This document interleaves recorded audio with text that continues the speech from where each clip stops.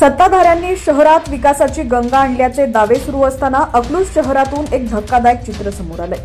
प्रभाग क्रमांक 11 मध्ये नागरिकांना विकासाऐवजी गटारीच्या सांडपाण्याच्या साम्राज्यातून मार्ग काढावा लागतोय। पाहूयात नेमकी काय आहे परिस्थिती।